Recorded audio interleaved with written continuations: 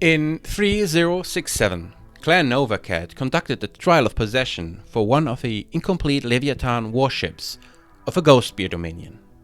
In the process, the Ghostbeards lost an entire fleet of warships because they were lacking the escort ships needed to properly screen the fleet and logistic network.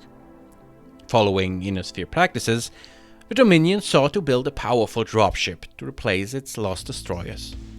It took most of a decade to develop the required technologies and establish production lines, with a GIAD staining the economy. But the time spent preparing proved worthwhile.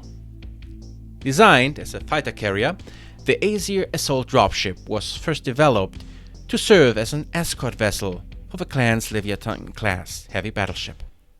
The class combines aerospace fighters with a powerful anti-aerospace weapons array. During the design's development, it was realized that the demand for additional aerospace fighters would compromise the firepower.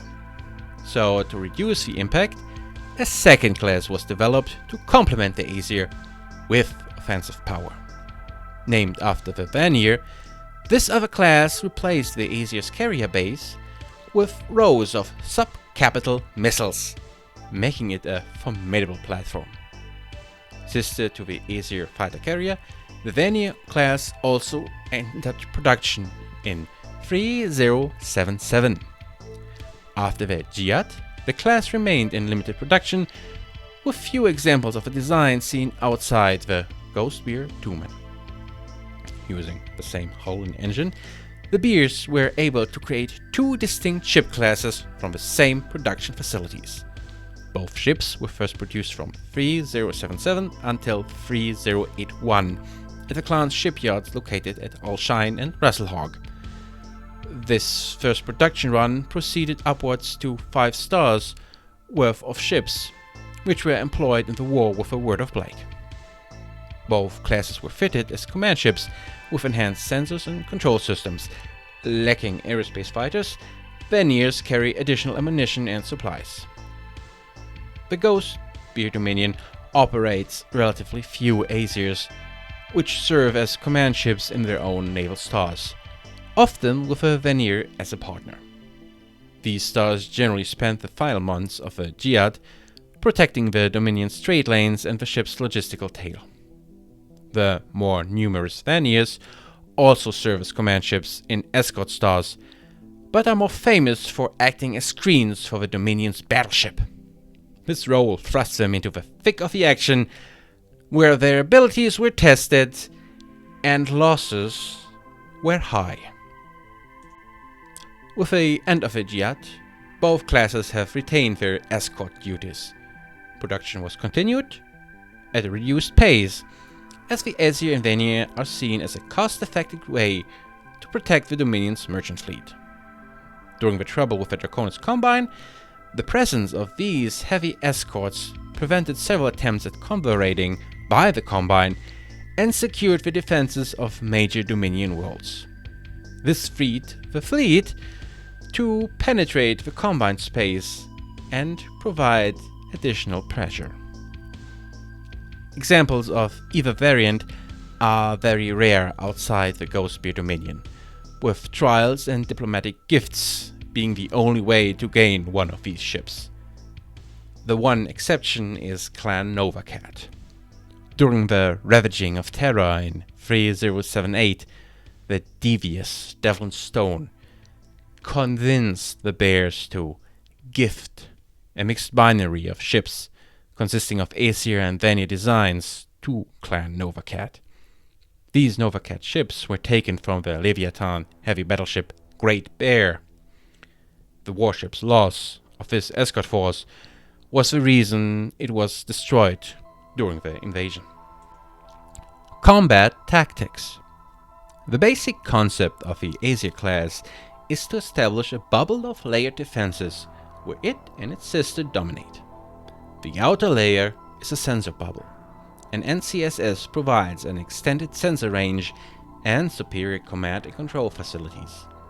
The next layer is the trinary of aerospace fighters. These establish a physical barrier between an enemy and whatever is being defended. Additionally, the Aesir operate a number of small craft and marines for boarding operations, minimizing the exposure of a dropship itself. A large cargo bay exists to supply all this aerospace capability. The third layer is the dropship. At longer ranges, a battery of Piranha missiles is able to provide distant fire support. Unfortunately, these are lacking in reach, preventing a true standoff capability, though they do have extended magazines to allow more speculative and daring shots.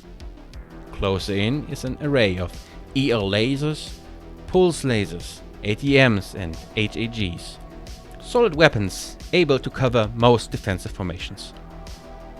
Finally, a warship-scale AMS battery makes it very difficult to either hit the Aesir class with a nuclear weapon or to hit a target the Aesir is defending. The derivative Vanir class abandons the aerospace fighters in favor of more Piranhas and a Stingray battery. This is a truly powerful AAA platform, able to take on a wing of heavy fighters by itself. This is more impressive than it sounds, because the lack of an organic blocking force means that the Vanir is vulnerable to being swarmed and targeted along its vulnerable arcs, unless another blocking force is available. An Aesir dropship is at its most dangerous if it's allowed to sit behind a defensive line and provide fire support. Despite its heavy armor, an Aesir is surprisingly easy to kill if a few turns of fire can be maintained against a single arc. Hard-hitting ships like Interdictors and Taihus have proved effective in this role. Altogether, Aesirs and Vanirs look big and scary, but their hull form and weapons mean they are not the ship killers their size suggests. What their size does is to buy them a balanced hull with specialization towards AAA and working part as a formation. Take them out of their comfort zone and treat them as lone wolves, and they suffer badly.